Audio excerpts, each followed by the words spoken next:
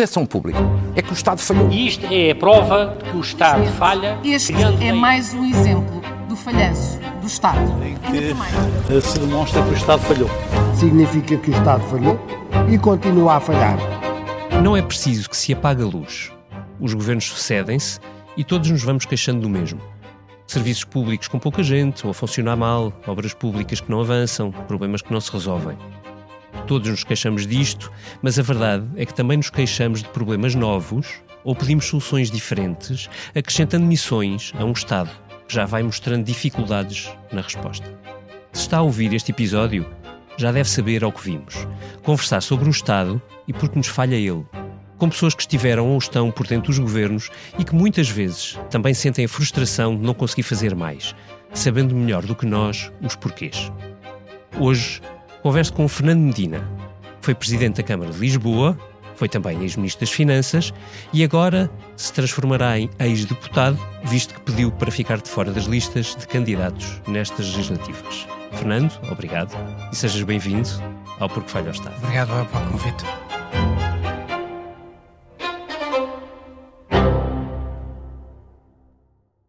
Se gosta de ouvir podcasts, conheça a oferta que o Expresso tem para si. Da política à economia, ciência e cultura, passando pelo desporto. Entrevistas marcantes, análises e perspectivas que fazem a diferença. Ouça em expresso.pt e nas principais plataformas de podcast. Expresso. Liberdade para pensar. Gostava de começar por aqui. Os governos estão sob enorme pressão, não só pelo que vai falhando nos serviços, mas também pelas necessidades crescentes de resposta a vários problemas de cidadãos que vão emergindo. Qual das duas dimensões pesa mais? Bom, eu julgo que a evolução do Estado nestes últimos 40 anos da democracia portuguesa marca-se por uma boa capacidade de resposta em resolver problemas de alargamento e de escala. O que foi feito em matéria de abastecimento de água e saneamento, o que é feito em matéria da eletrificação do país, o que foi feito na construção de rede de escolas, de universidades, de politécnicos, de hospitais, de centros de saúde. Quando nós imaginamos o país há 40 anos atrás, sim, isto não tem é, nada a ver. Já estamos a falar dentro da nossa geração, nós vemos um país completamente diferente. Por isso estes 40 anos são marcados por uma boa capacidade de dar resposta a um processo de, diria eu, de alargamento, de massificação, de resolução, de construção em escala. Onde é que o Estado tem mostrado mais dificuldades em resolver problemas? É quando nós entramos numa dimensão mais qualitativa, mais organizativa, mais fina da resolução dos problemas. Isto é, nós podemos ter construído com mais facilidade uma rede de cuidados primários, mas nós andamos há décadas a tentar resolver o problema da articulação entre a rede de cuidados primários na saúde e os hospitais. Isto é, há muito tempo que sabemos que temos gente a mais que vai aos hospitais e uma rede de cuidados primários que não assegura a confiança dos cidadãos e os serviços que os cidadãos aspiram para poderem não ir ao hospital. E isto vai-se multiplicando em várias áreas da administração. E nós estamos nesta fase em que, uma vez concluída a grande fase de expansão dos grandes subsistemas, estamos nesta dimensão mais qualitativa e as dificuldades agudizam-se. E esse exemplo que tu dás, repete-se por vários outros setores, outros domínios.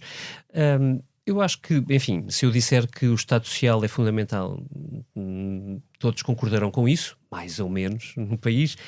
A pergunta é, ele é ilimitado?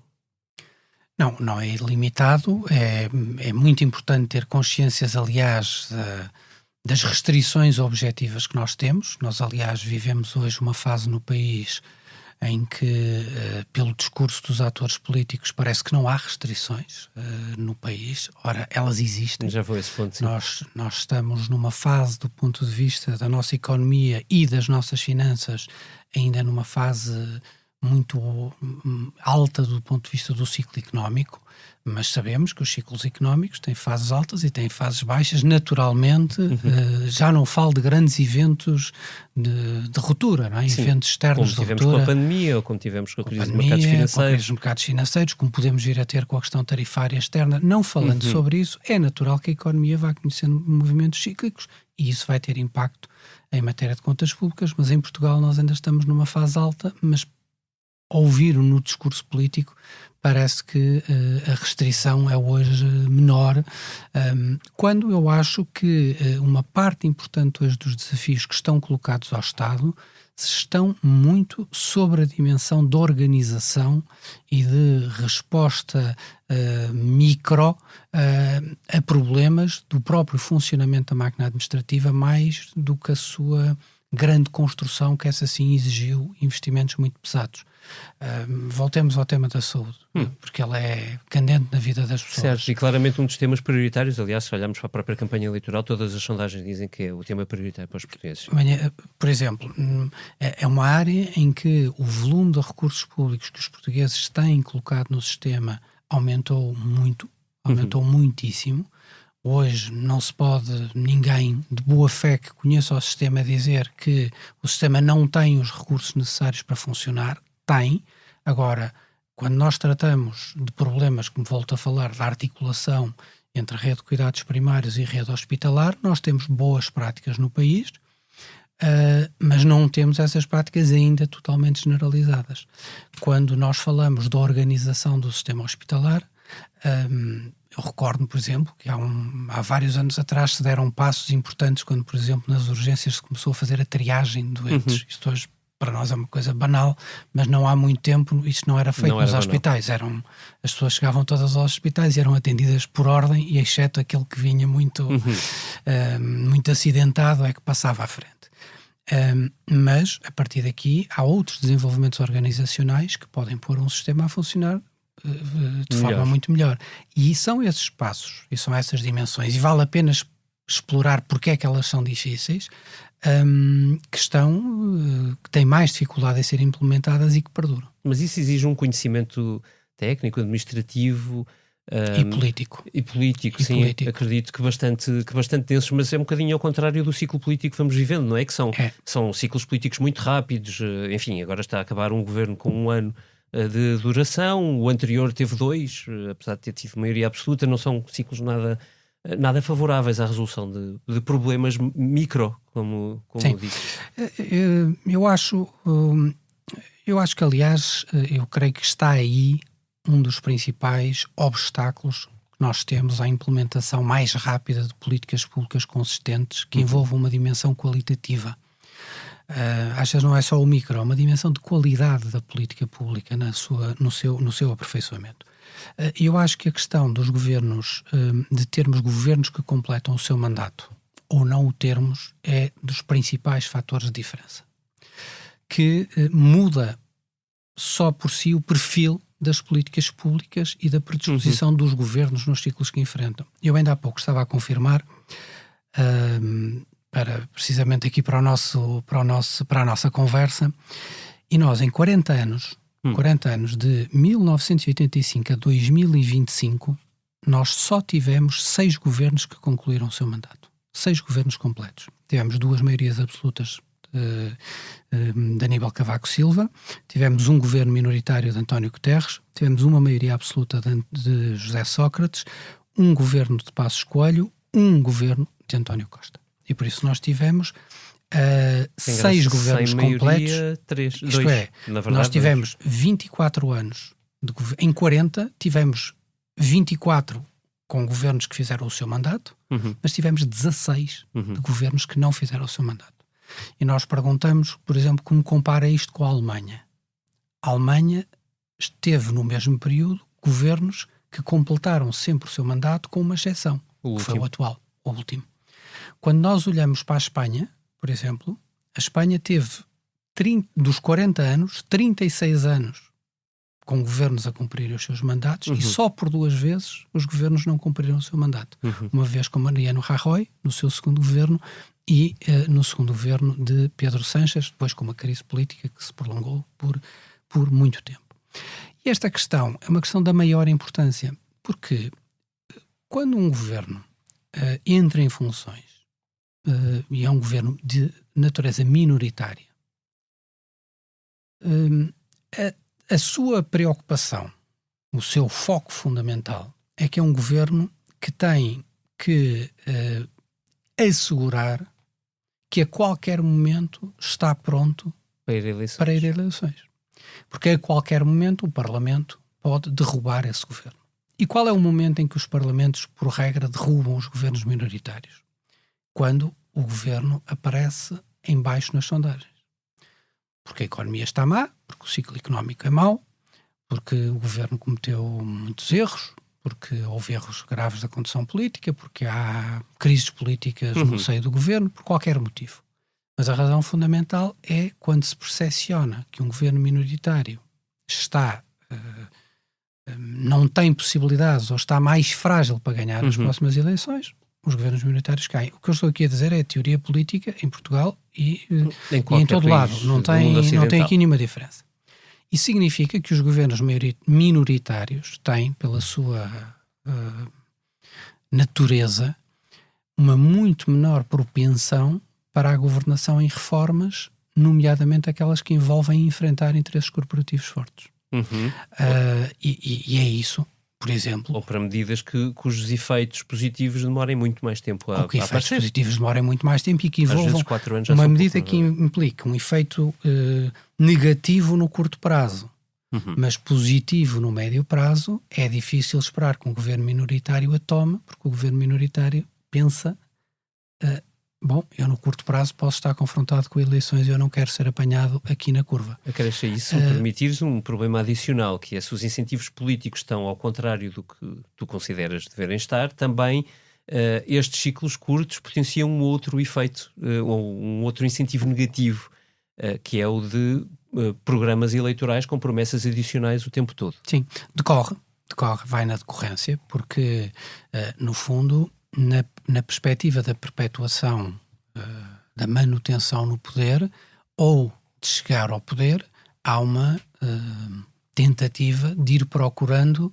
ter consigo os mais amplos setores da atividade, os mais amplos setores sociais do país. É por essa razão que se diz que os governos minoritários, por regra, são mais arriscados em matéria de finanças públicas.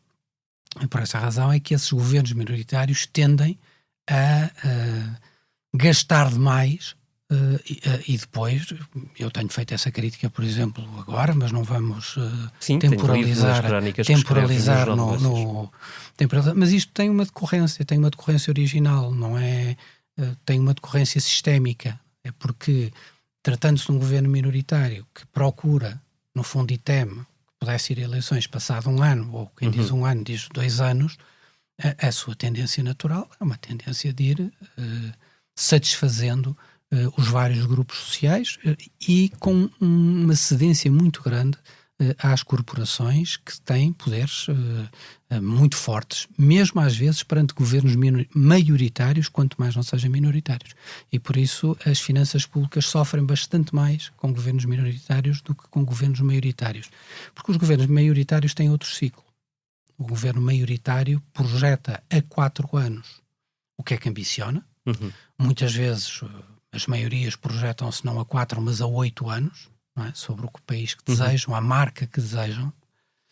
Os 2 primeiros anos são anos de preparação e de preparação das políticas e da tomada de decisões políticas que muitas vezes não são populares, e o último ano de governação, os últimos ano e meio de governação, obviamente ninguém vai lançar grandes reformas nesse período. Ou foram lançadas antes, ou não foram, ou não serão lançadas nesse momento. Isto é o ciclo natural do sistema político, como digo, aqui e noutros países. E por isso, o facto de nós termos tantos anos passados em governos minoritários faz e bate e casa com a dificuldade em definir, alinhar, desenhar e prosseguir políticas que muitas vezes implicam enfrentar interesses corporativos e dificuldades sérias na máquina da administração. Tu há pouco falaste-nos de governos de maioria e dos incentivos diferentes que têm a uma aplicação atempada de medidas que possam ter efeitos mais tardios. Estava a lembrar-me da maioria absoluta que o Partido Socialista tinha ainda há pouco mais de um ano, e a lembrar-me do exemplo do SNS e da estrutura executiva que foi criada. Ela demorou, apesar do governo ter uma maioria absoluta, demorou bastante tempo a ser montada. Aliás, lembro-me que o presidente Marcelo Rebelo de Sousa chegou a fazer considerandos sobre tanto tempo que isto demorou a montar. Porquê que demora tanto tempo? Ou seja, tem de demorar tanto tempo? É, quando é estrutural, necessário que seja tão ponderada e que seja vista com tantos detalhes que demora a fazer isto e depois a entregar resultados? É que aqui não é tão micro, não é? Não é só a ligação, digamos assim, como tu davas o exemplo. Mas eu quando falo do micro, não era no sentido mais do qualitativo. Eu encaro a mudança, por exemplo, na estrutura do SNS nessa dimensão qualitativa, isto é, não estamos a tratar... É melhoramento. É no fundo uma dimensão em que a mudança implica mudarmos como os atores funcionam, como se relacionam uns com os outros, os poderes, como é que estão organizados, quem decide o quê, quem faz o quê, mesmo no como SNS, é que isto se organiza. Teríamos outros exemplos, como administradores hospitalares e como é que são organizados incentivos para a montagem das equipas e, enfim, Sim, há N dimensões que se têm sido tentadas por aí. O que eu creio que nessa área que eu acompanhei de perto, e leva-nos a outro ponto desta nossa conversa, é que se uma parte da reflexão sobre o que fazer estava feita e bem consolidada, por exemplo, o alargamento das unidades de saúde familiar como modelo da rede de cuidados primários, estava feita porque resulta de uma experiência piloto no tempo da ministra Maria de Belém, que depois é ampliada e dinamizada no tempo do ministro Correia de Campos. Estamos a falar já de um governo há quase 20 anos. 20 anos. Algum até mais, com Maria de Belém até mais. E que já havia uma experiência no terreno consolidada e que desse segurança, nomeadamente à área das finanças, para poder dizer, como foi o caso que o Ministério das Finanças disse, não, nós não devemos fazer uma expansão gradual do sistema das USFs, nós devemos fazer já a sua total generalização. Porquê?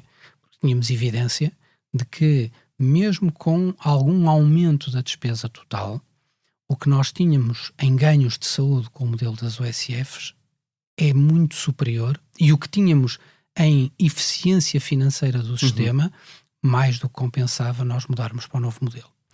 Quando se trata, por exemplo, da estrutura do SNS, a estrutura é uma reforma de um enorme fôlego e que não tinha o mesmo grau de maturidade nem de consensualização já feito. Qual é a principal diferença? A diferença é que, até agora, até à existência de uma direção executiva do SNS, nós tínhamos, o Ministério da Saúde foi-se desenvolvendo de uma forma, em alguns aspectos, pouco coerente do ponto de vista da sua organização e das suas dependências. Já lá vamos, esta tendência às vezes para ir mudando as coisas na administração é algo que tem efeitos muito perniciosos, mas em que no fundo nós tínhamos uma estrutura em que temos os hospitais e os ACES a dependerem de estruturas regionais que depois dependem de uma estrutura nacional. Ora, isso não funciona na prática. Nunca funcionou.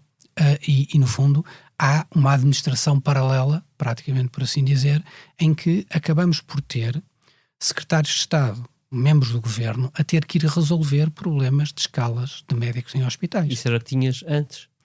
Foi o que encontraste antes da direção executiva? Isto era o que havia. Modelos em que em fases agudas era preciso, chegava a um nível governativo. Porquê? Porque eu lembro-me disso, por exemplo, casos como a maternidade Alfredo da Costa, que não havia ninguém naquela escala, naquela altura, e depois era o Ministro das Finanças que tinha que autorizar ou não o extra da pessoa que era contratada para resolver aquilo. Tem que autorizar o extra, tem que assegurar que isto tem que assegurar... Bom, isto já tinha acontecido também... Sim, também porque o problema é que caiu nas mãos e no nível político, na forma como o Ministério estava organizado, um conjunto de decisões completamente sem sentido de estarem nesse nível. E por isso, o que é que deve estar num nível, ao mesmo tempo, ao fazer isso, não é?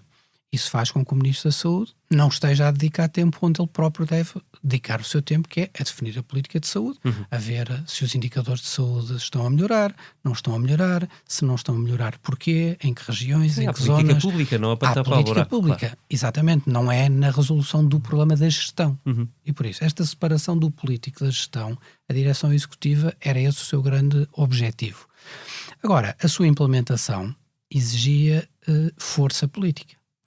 E é isso que nós hoje aqui vemos, ao estamos a ver este debate que nós estamos a assistir, do desgraduar da administração, da direção executiva do SNS, mais não é do que a vitória dos antigos poderes que vão ganhando espaço face à orgânica que estava colocada. Porquê? Precisamente porque passamos de um ciclo de um governo maioritário para um ciclo de um governo minoritário. Interessante. Porque... Portanto, tu atribuis a causa não a uma convicção, mas a uma, digamos assim, é mais confortável, é mais simples resolver as coisas assim. E manter como está. Sim. Porque o sistema como está estabelece uma determinada relação de poderes. Vejamos, é difícil nunca cair nos exemplos que nos estão mais próximos, mas a questão do modelo das unidades locais de saúde, isto é, a integração das unidades dos hospitais com os centros de saúde, que eu acho que foi uma grande conquista da reforma, começou a ser posta em causa por a anterior responsável por causa da questão dos hospitais universitários. Ora, eu admito perfeitamente que a questão dos hospitais universitários tenha um tratamento próprio, específico, não conheço o suficiente do problema. Mas isso não é razão para pôr em causa todo um modelo que tem imensas potencialidades para ser dinamizado, para ser explorado, para resolver precisamente aquele problema que falávamos no início, de ligação dos cuidados primários com ligação ao sistema hospitalar. Ora, com essa razão dos hospitais universitários, pôs-se em causa o funcionamento do modelo. Segunda dimensão, nomeações das administrações hospitalares. É evidente que o diretor executivo do SNS só tem verdadeiramente poder no comando do SNS a partir do momento em que mandarem duas coisas, na distribuição do orçamento e na nomeação dos dirigentes. Ora, o que nós vimos foi uma contestação de regresso ao modelo anterior e que depois nós já vemos os reflexos do ponto de vista do que são a nomeação de 16 novas administrações hospitalares, várias delas, nomeadas das formas com as pessoas em concreto e escolhidas por critérios que eu não tenho nenhuma dúvida que um diretor executivo do SNS que estivesse a cumprir um seu mandato não dependente de um ciclo político, porventura faria outras escolhas e escolhas melhores do que aquelas que foram feitas. E por isso, parou-se uma reforma, por isso, respondendo à tua pergunta desde o início, era uma área em que a reforma, o que havia a fazer, não estava tão consensualizado quanto isso. E em segundo lugar, é o exemplo claro de uma reforma que é interrompida pela mudança do ciclo político e, neste caso, por o governo não acabar o seu mandato de 4 anos. Não tenho dúvidas que com um governo de 4 anos a reforma tinha sido implementada na sua totalidade e já não voltaria para trás. E com isto chegas ao ponto da descontinuidade, que é outro incentivo negativo, que as políticas públicas tenham possam vir a ter bons resultados, não quer dizer que tenham Claro. certos. Eu gostava de te ouvir sobre a falta de incentivos para a redução ou consolidação de apoios. Enfim, seguindo políticas públicas ao longo dos últimos anos, podia dar vários exemplos, mas concentro-me para já neste. Eu lembro-me desde cedo, nos governos de António Costa, que tu foste presenciando a par e passo, claro, se ter falado sobre a necessidade de consolidar os apoios sociais, numa espécie de apoio social único, de certa forma. Essa medida, de resto não aplicada até hoje, acabou por ser colocada dentro do PRR como política pública prometida a Bruxelas. É uma espécie de... enfim, eu percebi, foi uma maneira inteligente de comprometer o Estado português com uma coisa que toda a gente sabia que tinha que ser feita, mas não havia grandes incentivos políticos para que fosse feita, porque vai ser muito contestada sempre. Como é que esta discussão dentro de governos, dentro de partidos, ela faz sobre a necessidade de consolidar? À medida que se vai aumentando apoios por necessidades várias que vão aparecendo, se também é feita a discussão sobre como ajudar a que outras coisas possam ser feitas de maneira menos dispendiosa ou mais eficaz também. Bom, isso depende essa pergunta para um ex-ministro das Finanças podia ter uma... Isso depende muito também da cultura política que é inculcada no governo e também, mais uma vez, voltamos ao padrão dos governos de natureza maioritária ou minoritária. Claro que sim. Isto é, eu recordo-me do tempo do governo em que fiz parte, em 2005, e uma parte fundamental do equilíbrio político dentro do próprio governo foi uma forte racionalização da despesa em apoios sociais. E era a forma como o diálogo político era feito entre o Ministério do Trabalho, que é o segundo ministério mais importante, porque tem a Segurança Social, do ponto de vista financeiro, gera quase 40% da despesa pública passa pelo Ministério do Trabalho. E lembro, por exemplo, a matéria de subsídio de doença, um esforço muito grande que foi feito, que havia um programa, na altura, antes de 2005, tinha havido uma subida muito grande da despesa em subsídio de doença, uma parte que era relacionada com fraude e com utilização abusiva do apoio, e havia uma estratégia, não é, de maior rigor nessa aplicação, que deu obviamente os seus frutos, sem nenhuma perda do que é eficácia, do que é a bondade do instrumento, isto é, o objetivo político que se pretende, que é a proteção na situação da doença, mas na efetiva proteção da doença.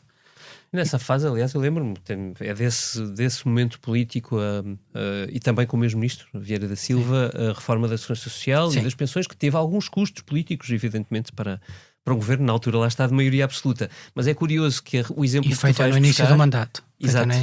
Mas é curioso que o exemplo que vais buscar é uma coisa que remonta, lá está, 20 anos atrás. Não, mas eu ia dizer, eu ia falar agora na minha outra qualidade. Dimensão, sim. Eu não tenho nenhuma dúvida que a defesa da sustentabilidade financeira do Estado Social é algo, e digo mesmo da sustentabilidade na dimensão financeira do Estado Social, é algo absolutamente crítico para um projeto político do centro-esquerda. Admito que para um liberal não seja algo tão importante assim, porque se calhar desconsidera que deve haver determinado tipo de política pública, ou seja, como é que eu ia dizer, naturalmente por definição ideológica é menos abrangente sobre o tipo de políticas públicas que deve haver nestas áreas. Mas para alguém na área do centro-esquerda, quem não cuidar da sustentabilidade do Estado Social vai estar a derrotar a própria capacidade de expansão desse Estado Social. Eu, quanto à prestação social única, eu não a vejo... eu confesso, aliás, que eu pessoalmente tenho dúvidas sobre a adoção da prestação social única. Porque a questão é que as diferentes prestações devem ser bem focadas na sua necessidade e na sua missão, no seu objetivo. Eu acho que se queria... E todas elas devem estar sujeitas ao mesmo crivo do rigor na sua aplicação. Isto é, ela, quando deve existir para responder a uma necessidade, tem que ser aplicada com o maior dos critérios e dos rigores. De onde é que esta discussão, pelo menos do lado que me é visível, nasce. António Costa era primeiro-ministro há pouco tempo, 1 ano, 2 anos talvez, era diretor do Público, eu fui entrevistá-lo, e ele falou de uma coisa que criou logo um barulho gigantesco, que era a aplicação de condição de recursos a outros apoios sociais que ainda não tinham. Certo. E isso, evidentemente, se existir um apoio social único, entra dentro desse bolo. E isso é difícil, não é? Mas então, está bem. Então estamos a falar então de coisas diferentes, não é? Que é, no fundo, a alteração da prestação, das prestações e dos apoios sociais de acesso, e das condições de acesso e de regulação das condições de acesso. De certa forma, quantos apoios sociais é que podes ter? Alguns são para o mesmo objetivo, digamos assim, não é? Lá está, multiplicação de apoios, e depois, quando é preciso olhar para as coisas todas novas, juntas às antigas, como um todo, é isso. Eu aí concordo com o que dizes, no sentido de que todas devem permanentemente ter sistemas de avaliação sobre se estão ou não estão a responder bem. E têm, Fernando? Pergunto. Não têm todas. Não têm todas, nem esse sistema regular de avaliação constante da eficácia de todos os instrumentos de política. É algo que não tem no país e que nos vai levar a um ponto que eu queria falar aqui na nossa conversa hoje, que depois tem a própria a ver com a máquina do Estado e a fragilidade com que a nossa administração hoje vive. Mas ainda, sem fugir à tua questão, só ainda para acrescentar um ponto. eu acho que qualquer política que seja introduzida tem que ter um processo de avaliação que tem que ser contínuo, que não tem que haver receio nenhum na sua adaptação, na sua melhoria, na sua limitação, quando é caso disso, porque a limitação não pode ser vista como... Não é uma limitação, quer dizer, a limitação para alguém que se coloca do lado da esquerda, não pode, do centro-esquerda, tem que ser vista como algo essencial à preservação do Estado Social. Aqueles que à esquerda estão sempre a clamar por mais e mais, sem saber bem para quê, nem para quem. Ou melhor, sabe-se bem para quem, mas não sabe bem para quê. Prestam muito mau serviço à defesa do Estado Social, porque fragilizam a sua sustentabilidade financeira e acabam por direcionar um conjunto de apoios, isto é, acabam por direcionar impostos que todos nós pagamos, certo, para um conjunto de valências e que não são prementes e de necessidades que não são tão prementes que justifiquem esse tipo de recursos. Eu tive a minha experiência pessoal enquanto Ministro das Finanças é um pouco é especial, porque eu assumi o cargo logo a seguir à pandemia. E algo que fez a grande diferença do ponto de vista da sustentabilidade financeira do país, e muito diferente em Portugal do que outros países fizeram, foi o facto de nós, que tínhamos definido um quadro temporário de apoios durante a pandemia, quando a pandemia acaba, lembro-me muito bem do Conselho de Ministros em que nós aprovamos a revogação de cerca de 200 diplomas com toda a estrutura de exceções e de linhas que já não se justificavam passado um ano depois da pandemia ter acabado. Tive vários colegas do governo a justificar que era preciso mantê-los mais um tempo. A coordenação aqui com o Primeiro-Ministro foi absolutamente essencial. A reunião do Conselho de Ministros não a posso comentar, mas claro, correu sem em particular sobressaltos. Exigiu essa preparação, mas exigiu uma firmeza muito clara, que foi dizer do Primeiro-Ministro, naturalmente, a apoiar o Ministro das Finanças, dizendo não, nós fizemos este conjunto de apoios do ponto de vista temporário, acabou a sua necessidade, eles caem. Tem graça porque desse tempo ainda sobra uma que tem a ver... já é da inflação. Se escapou. Já estava a confundir planos de apoios, porque entretanto apareceu uma mega inflação e houve os apoios aos combustíveis e entretanto alguns deles continuam em vigor. Mas dois aspectos interessantes sobre essa experiência. É que nós estamos a falar de algo que deve ter orçado qualquer coisa como 3 a 4 mil milhões de euros. Quando foram retirados, não houve em setor nenhum qualquer noção, informação, sensação de necessidade. Bom, necessidades há sempre. Claro. Mas não houve dizer mas aqui uma lacuna. Não se criou um problema a dizer, olha, eliminou-se aqui determinada medida e ela era mesmo fundamental. Não, isso não aconteceu. E permitiu-nos, por exemplo, a França não fez isto. E se nós formos ver, por exemplo, a despesa pública, a dívida pública dos vários países, o que nós vemos, a generalidade dos países fez como nós fizemos, que é uma parte importante dos países fez, que foi no fundo a dívida pública sobe muito com a pandemia, com estas medidas temporárias de apoio, a pandemia acaba e retira. Nós retiramos-las na sua integralidade. Por exemplo, houve países que não o fizeram. Por exemplo, a França manteve cá em cima. Ora, manteve cá em cima, entrou numa trajetória de dívida pública que, quando chegou ao choque inflacionista, nós tínhamos os recursos para pôr de novo, não as mesmas medidas, mas para construir novas medidas, e tínhamos os recursos financeiros para o fazer. Um país, por exemplo, como a França, teve que as fazer continuando a aumentar a sua dívida pública. Nós pudemos fazê-las continuando a diminuir a nossa dívida pública, porque tínhamos a folga para o fazer. Desse período, por exemplo, ainda não estão retiradas todas. Isso. Desse período ainda não estão retiradas todas. E como digo, isso exige sempre uma avaliação contínua e permanente de cada uma que é feita. Tu há pouco falavas de um problema estrutural que querias falar, que imagino que seja a dificuldade de reter no Estado quadros qualificados e estruturas pensadas para estruturar políticas públicas e avaliá-las? Se quiseres, é a tua oportunidade. No fundo, quando em resposta, no fundo, o passo lógico seguinte, que é dizer, no meu entender, cada política que é lançada necessita, em minha opinião, dessa avaliação permanente e contínua para ser adaptada, alterada, mudado o seu enfoque, ajustada ou até eliminada, porque não atingiu os seus objetivos. E isso é algo que nós temos muito pouca cultura no nosso Estado em fazer. Nós não temos uma cultura de avaliação permanente e contínua das várias políticas públicas, dos vários instrumentos de política. Temos em algumas áreas mais, temos noutras áreas, não temos de todo. Quais são as áreas em que sentes que existem mais? Eu acho que na área social ainda existe mais. Por exemplo, em matéria na área das finanças públicas existe pouco. Existe pouco. Interessante. Por exemplo, na área fiscal, quando nós falamos da questão dos benefícios, por exemplo, é uma área que não houve uma avaliação durante muitos anos regular, permanente, desses instrumentos de natureza financeira. Embora... Esse exemplo que é ótimo, porque a racionalização dos benefícios fiscais, que eu me lembro, começou a ser prometida lá atrás com o Mário Centeno, mas julgo que no início, praticamente, do primeiro governo de António Costa, e que... eu saiba, continuou a ser inscrita em vários programas eleitorais e programas de governo, mas eu não conheço efeito nenhum, ou seja, não conheço nenhum resultado da intenção de estudar. Houve?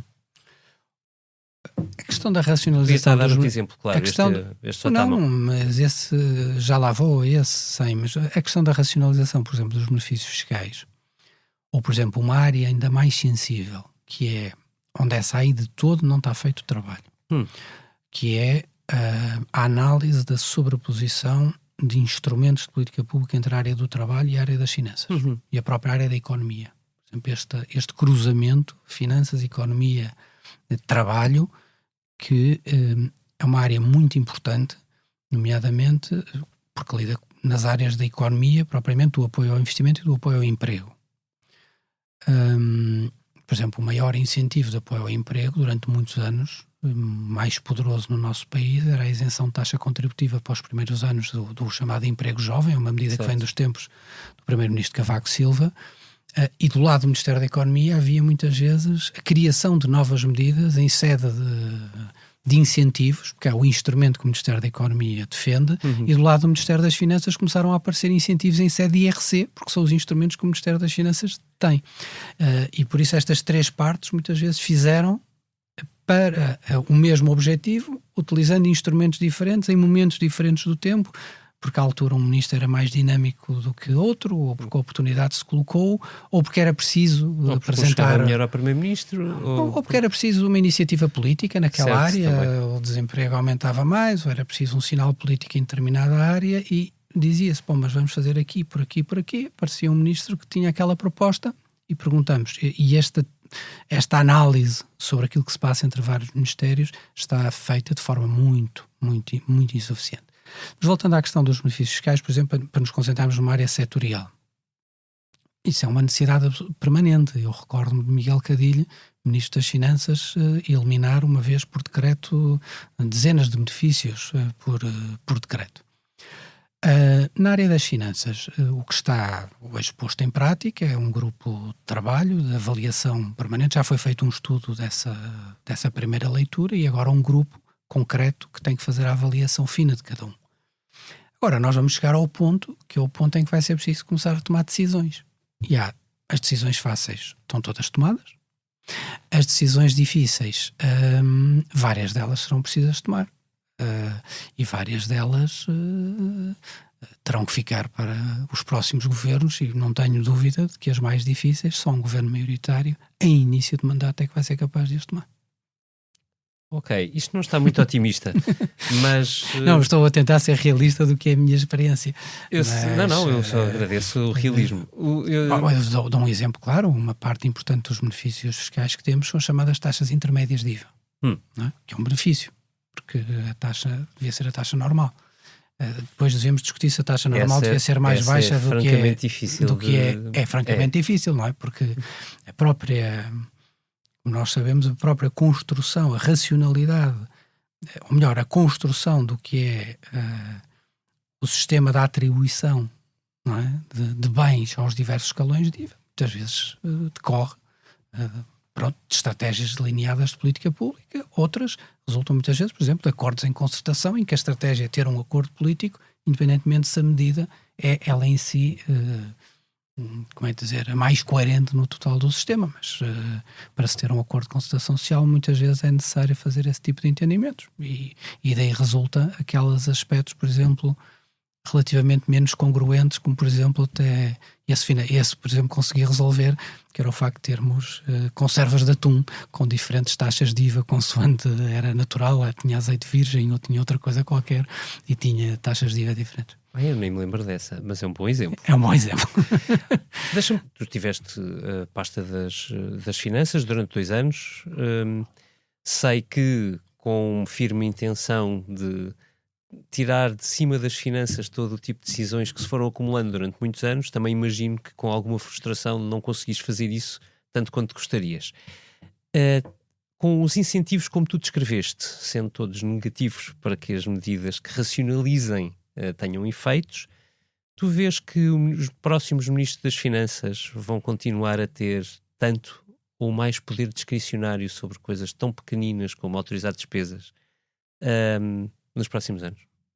A questão fundamental que se coloca do ponto de vista das finanças públicas não está, na minha opinião, no poder mais micro, e vou depois a essa questão diretamente, não está em dar mais poder micro ao Ministro das Finanças. Está nas decisões que se tomam perante o que são os grandes agregados da despesa pública. Os grandes agregados da despesa pública são conhecidos. Pensões. Estamos no sistema de saúde, pensões, onde, derivado da reforma de 2007, nenhum Ministro das Finanças se poderá queixar. Sistema de saúde, onde o Ministério das Finanças tem excessivo poder micro e tem muito pouco poder efetivo para regular a despesa que é feita, porque é muito simples, de forma muito simples. O Ministério da Despesa em Saúde pode ter um orçamento aprovado. O orçamento até pode crescer 10%, mas durante o ano a despesa vai sendo efetuada pelos médicos, quando prescrevem medicamentos, meios complementares de diagnóstico, seja em meio hospitalar, seja fora, seja em ambulatório, seja noutra circunstância. Aí é que a despesa se gera. E por isso, quando nós depois vemos no final, ou por exemplo, quando ouvirmos um Ministro das Finanças dizer eu vou pôr a dívida a 0 e nunca mais vamos ter dívida nos hospitais, não, é que é não acreditar logo, é que é não acreditar direto. Já houve vários que fizeram isso de ambos os partidos. Acho que, aliás, eles fizeram convictos que iam resolver o problema, mas não resolvem. Porque o tema é que a dimensão orçamental não é a que controla a evolução dos gastos. O que controla a evolução dos gastos é, no fundo, a forma como o sistema está organizado, e essa pode ser controlada por nós e melhorada por nós. E por isso é que eu também falei tanto de saúde, porque me preocupei sempre muito com a própria organização e a eficiência do próprio sistema em matéria de sustentabilidade do Estado Social. E depois há uma que é natural lidarmos com o seu crescimento, que decorre do envelhecimento, decorre da tecnologia, decorre de nós querermos dar às pessoas o aumento da esperança média de vida que nós queremos que seja com maior qualidade, e por isso, perante uma curva de despesa que estruturalmente tenderá a crescer, nós temos que assegurar que ela cresça dentro dos patamares de sustentabilidade e não eliminando, no fundo, aquilo que nós podemos eliminar de má organização ou de má adaptação dos sistemas. Por isso, preocupação central do Ministro das Finanças, naturalmente saúde, naturalmente carreiras da administração pública. Fundamentalmente são estas as grandes áreas em que se colocam. O que é que acontece no nosso país? Perante a incapacidade de controlar as grandes áreas e muitas vezes até em lógicas de disputa de poder e de ganhos de poder, o Ministério das Finanças, e eu sou testemunha disso, na altura, à época, era secretário de Estado do Ministério Setorial, do Ministério do Trabalho. A partir do primeiro déficit excessivo, com António Guterres em 4,1%, e que o governo de Portugal apresentou ele próprio uma queixa a Bruxelas dizendo que nós tínhamos feito essa violação por déficit excessivo, foi-se dando uma acumulação muito grande de poder por parte do Ministério das Finanças, que não parou.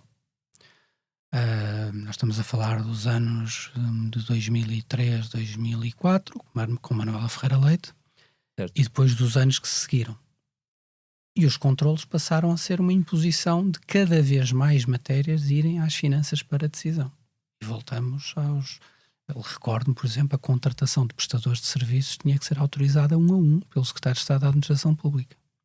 O que é um absurdo completo. O Ministério das Finanças deve determinar um contingente, uma verba, um contingente, e dentro desse contingente é o Ministério Setorial que o gera, ou a organização respectiva que o gera. Mas ao longo dos anos este tipo de instrumentos foram aumentando e foram crescendo. Não é? Isto depois foi criando um conjunto de entropias dentro do sistema que, na minha opinião, não acrescentam, não têm nenhuma proporcionalidade com o benefício que trazem. Isto é preciso controlar uma determinada área aqui ou ali. Sim, senhor. Uma área importante, que há pouco não falamos de custos importantes, tem a ver com os grandes projetos de investimento público. Tem a ver, por exemplo, com parcerias público-privadas. Sim, senhor. Isso aí Tem que ir. Poder de veto do Ministro das Finanças, que, aliás, tem essa prerrogativa no regimento do Conselho de Ministros. Isto é, documentos e propostas que contenham aumentos de despesa, o Ministro das Finanças pode vetar. Claro que isto implica uma consensualização com o Primeiro-Ministro e uma força política grande do Ministro das Finanças. Agora, substituiu-se um pouco isso, não é? Melhor, não substituiu, acrescentou-se a isso, que é o importante, em um polvilhar de micro-instrumentos de natureza administrativa, que é o que tem que ir lá o papel, tem que ir lá a autorização, tem que ir lá, que depois transforma, que tem uma consequência do lado das finanças. É que a máquina das finanças também se foi adaptando à gestão desses pequenos poderes e não concentrando as suas estruturas na análise dos elementos, por exemplo, estruturais de crescimento da despesa. Por exemplo, uma parte hoje do Ministério das Finanças, da máquina do Ministério das Finanças, e bem, sabe lidar com os sistemas de informação da saúde e tem alguma capacidade de análise sobre crescimentos estruturais da despesa. Agora, se a máquina estiver-se toda a regular portarias de extensão de encargos, projeto a projeto, como esteve até ao meu tempo, bom, aí o que acontece é que nós não temos capacidade de implementar projetos de investimento, temos as máquinas envolvidas só numa troca entre elas. Há de facto um poder do Ministério das Finanças, mas é um poder que muitas vezes tem consequências negativas. Mas tu sentes que conseguiste travar alguma coisa desse movimento? Se me disseres alguma coisa pequenina, sim. Mas se conseguir alterar a dinâmica de fundo, não. Porque... E onde é que isso começa a ser alterado? É que começa no Ministério das Finanças. Aliás, para mim uma questão muito importante, aliás, no meu diálogo dentro do governo com os meus colegas, e que por isso é que também, quando me perguntavas, bom, mas é fácil, como é que é o diálogo quando se quer cortar alguma coisa num outro setor? A experiência que eu tenho é uma muito boa experiência, porque quando se é frontal relativamente ao que são a execução dos programas setoriais e a área financeira, sempre que a relação foi frontal, correu sempre bem. Porque é dizer, olha, o que é possível fazer é isto, isto e isto, mas eu para isto, isto e isto que tu queres fazer, que está no programa do governo pelo qual ambos fomos eleitos, isto tem que ser feito a 2 ou a 3 anos e tem que ser feito dentro deste limite. Estás de acordo? Bom, se estivermos de acordo sobre isto, a partir daqui eu digo à minha máquina, Ministério das Finanças, barreiras zero. Não quero cá que se ponham, não há aqui entraves. Vamos, isto é para ser feito. Mas não deve porque não mandaram o papel. Não interessa, é para ser feito. Porque fechou-se o acordo do ponto de vista do macro e depois a partir daí retirar essas... E fomos retirando muita coisa. Recordo-me, por exemplo, quando cheguei ao Ministério, nós tínhamos um sistema, por exemplo, na relação com o Ministério das Infraestruturas, que era o seguinte, cada projeto era alvo de uma portaria de extensão de encargos. Isto é um projeto de construção, imaginemos, sei lá, de uma ferrovia, por exemplo, de uma linha de ferrovia. É um projeto que demora vários anos. E nós tínhamos uma portaria de isenção de encargos com cada projeto. Ora, se o projeto atrasava por uma questão técnica de expropriações, de um conflito em tribunal, tem todo o processo que voltar ao Ministério das Finanças para sair nova.